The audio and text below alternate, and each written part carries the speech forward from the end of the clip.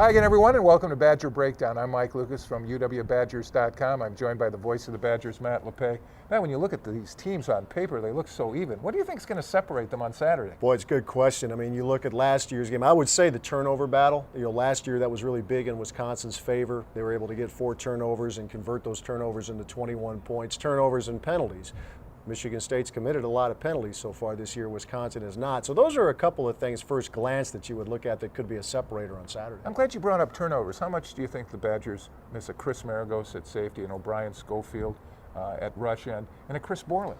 Absolutely. Those are, Borland for sure because of his playmaking ability, someone they were counting on this year. They knew they were going to be without O'Brien Schofield and Chris Maragos, but when you're counting on a guy like Borland, who always seems to be around the football, can force turnovers, can recover fumbles, it hurts. But I still think Brett's right. Brett talked about it earlier in the week. Brett Bielema, sometimes the opponent will hand you the ball as well, make some really bad decisions, and they really haven't had that the last couple of weeks. They didn't need it against Austin Peay, but Arizona State was pretty good, to its credit, protecting the football. Well, it's kind of ironic. Normally when the Badgers go into the game, they have the edge as far as the tailback rotation. But when you take a look at these two teams, they're not only good, but they're deep. Yeah, both teams go 3 deep at the tailback spot. You look at Michigan State with Edwin Baker, Le'Veon Bell, as well as Larry Caper. Each maybe brings a little something different to the table. I don't know if there's necessarily a James White type of back among those 3, but they're all pretty good.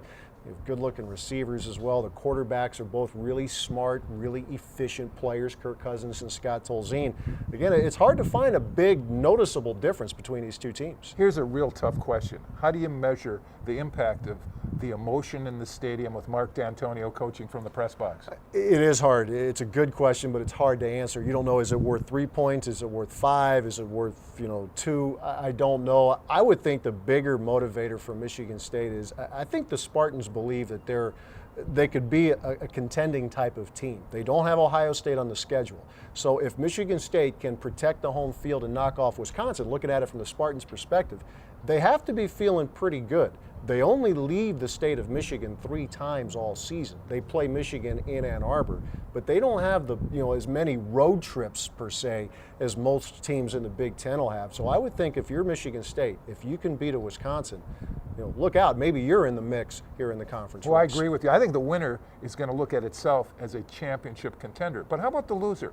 Will one loss necessarily eliminate that team? It'll just put them in a big hole. It puts you in a hole. It takes away your mulligan, I think, in this league. I don't know if you can get away with 2 losses and can really have great hopes of getting a championship trophy. But if you lose, in Wisconsin's case, if it doesn't go well, you still have 2 games at home. And if you knock off a Minnesota and Ohio State at home, then you're right back in it. You have to go to Iowa. But I think in either case, whoever doesn't win isn't out of it. It just takes away your mulligan.